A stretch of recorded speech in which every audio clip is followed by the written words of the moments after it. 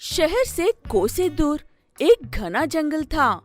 उस जंगल के सभी जानवर आपस में मिलजुल कर रहते थे। उसी जंगल में छोटू नाम का एक हाथी भी रहता था, जो कि बहुत ही शरारती था और जंगल के सभी जानवरों की आए दिन नकल उतारकर उन्हें परेशान किया करता था।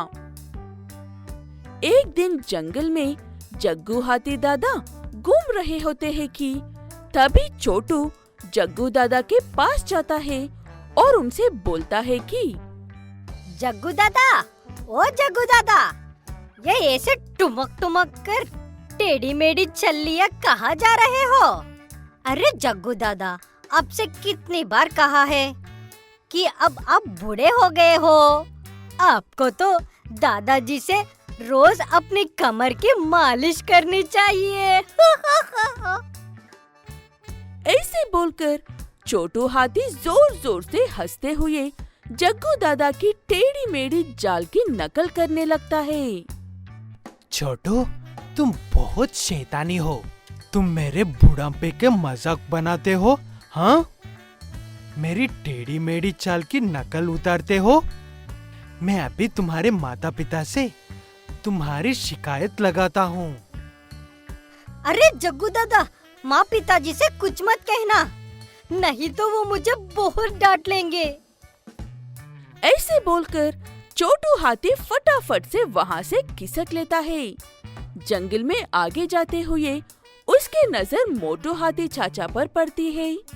मोटू हाथी चाचा के पास ढेर सारे केले के गुच्छे होते हैं और वो एक एक केले का गुच्छा अपनी सूंड से उठाते और फट से मुंह में डालकर खा जाते। क्या बात है मोटू हाथी चाचा, आपने तो एक ही बारी में पूरा का पूरा केल का गुच्छा गटक लिया। ऐसे बोलकर छोटू हाथी भी मोटू हाथी चाचा की नकल करने लगता है।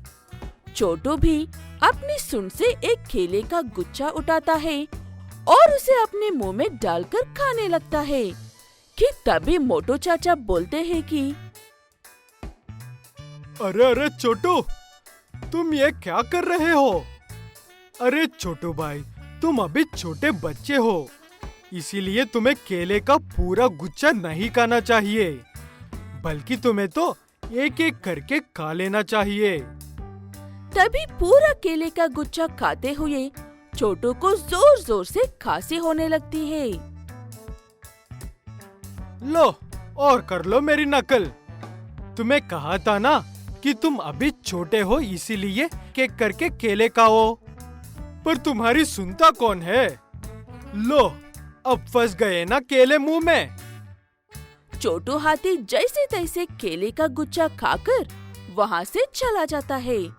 कुछ दूर जंगल में चलकर उसे एक नदी में ढेर सारे जानवर नहाते हुए दिखाई देते हैं। छोटू भी नदी में जाता है और उन सभी जानवरों की तरह नदी में नहाने लगता है। नदी में नहाते हुए बालू छोटू से बोलता है कि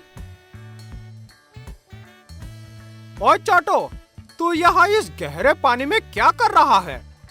तुझे पता है ना कि बच्चों को कम पानी वाली जगह पर ही नहाना चाहिए। छोटू हाथी कुछ नहीं बोलता, वो तो बस बालू की नकल उतारने में लगा हुआ था। जैसे जैसे बालू बोलता है वैसे ही छोटू हाथी भी बोलने लगता और उनकी तरह ही नदी में नहाने लगता है। बालू गुस्से में छोटे से बोलता है कि तुम यहाँ से जाते हो या अभी आवाज लगाकर बुलाऊं तुम्हारी माँ पिताजी को? छोटू बालू को गुस्से में देखकर बोलता है कि तुम्हें नहाना नहीं आता है तो मुझ पर गुस्सा दिखाते हो।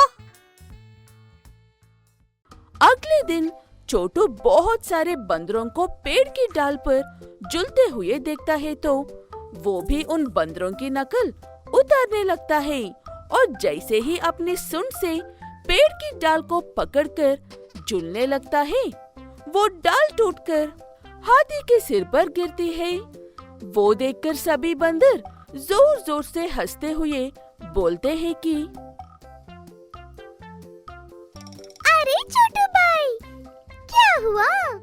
अरे कहीं कमर में मोच तो नहीं आ गई? अरे छोटू, जरा अपना वजन देखो और हम बंदरों को देखो। हम पेड़ पर आसानी से झूल सकते हैं, पर तुम नहीं।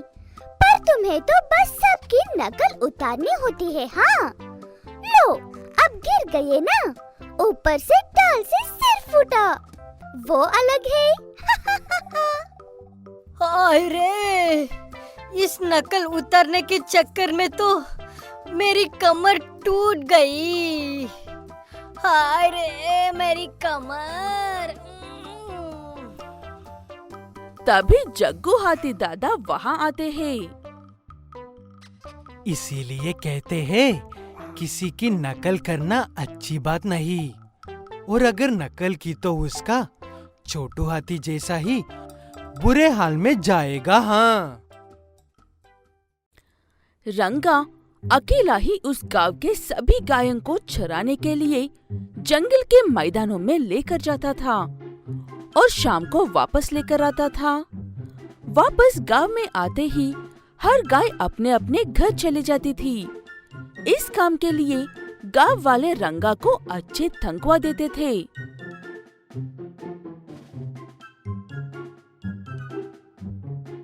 पता नहीं रंगा, तुम अकेले ही इतने सारे गायों को ख्याल कैसे रख लेते हो? कितने सालों में एक भी गाय नहीं कोई, और ना ही किसी के गाय की अदला बदली हुई है। तुम सच में कमाल हो। ऐसा कोई बात नहीं है दोस्त, तुम तो जानते ही हो ना, सदियों से हमारा परिवार चरवाहों का काम करता आ रहा है। मुझे इस काम में वो सीख उन्हीं से मिली है। ऐसे गांव के लोग भी रंगा की बहुत इज्जत करते हैं। जिस जंगल में रंगा गाय चराने के लिए जाता है, उस जंगल में बघीरा नाम का एक शेर रहता था।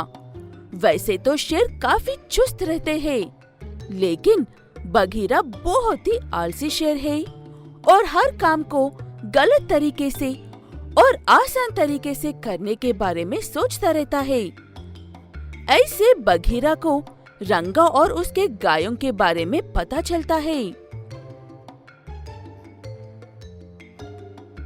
अरे वाह, वो इंसान इतने सारे गायों को लेकर आ रहा है। अगर मैं अचानक से हमला करूं तो एक ही गाय मिलेगी, और वो भी 2 दिन में खत्म हो जाएगी। मुझे कुछ ऐसा सोचना होगा कि मैं एक एक करके इन्हें सालों तक खाता रहूं। ऐसे कहते हुए वो शेर जंगल की एक गाय को मारकर उसकी खल को पहन लेता है और रंगा की गायों के साथ मिल जाता है और किसी एक गाय के बच्चे से अच्छे से बात करके उस गाय के बच्चे को धीरे से बाकी गायों से दूर लेकर जाता था और उन्हें मारकर खा जाता था।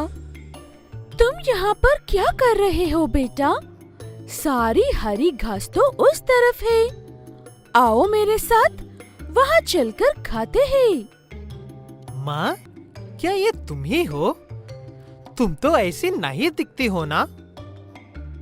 जरा ये धूप तो देखो बेटा कितनी तेज है। मैं तुम्हारे लिए हरी घास ढूंढते ढूंढते काफी दूर चली गई थी, इसलिए मेरा रंग ऐसा हो गया है। अब बातें ही करोगे या चलकर खाओगे भी? ऐसे अच्छे से बात करते हुए शेर उस गाय के बच्चे को बहुत दूर लेकर जाकर अपनी नकली गाय की खल को निकलकर अपने असली रूप में आता है। वो देखकर गाय का बच्चा डर जाता है।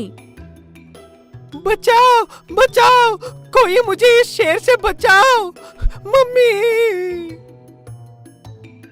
वो गाय का बच्चा ऐसे रोने लगता है। तब वो शेर उसे देखकर हंसने लगता है और हंसते हुए ऐसे कहता है, जितना पुकारना है पुकार लो। वैसे भी मेरे डर से इस तरफ कोई भी जानवर नहीं गुजरता है। हा, हा, हा, हा, हा। ऐसे कहते हुए वो शेर उस गाय के बच्चे को खा लेता है और ऐसे हर रोज एक गाय के बच्चे के सामने उसकी नकली माँ का नाटक करके जंगल में लेकर जाकर खाने लगता है। यहाँ पर हर रोज एक गाय का बच्चा कम होने की वजह से गांव वाले रंगा से सवाल कर रहे थे। क्या बात है रंगा, हर रोज एक गाय का बच्चा कैसे गायब हो रहा है? कहीं तुम हमारे भरोसे का गलत फायदा तो नहीं उठा रहे हो ना? ऐसी बात नहीं है दोस्तों, मैं हर रोज की तरह सब पर नजर रखता हूँ।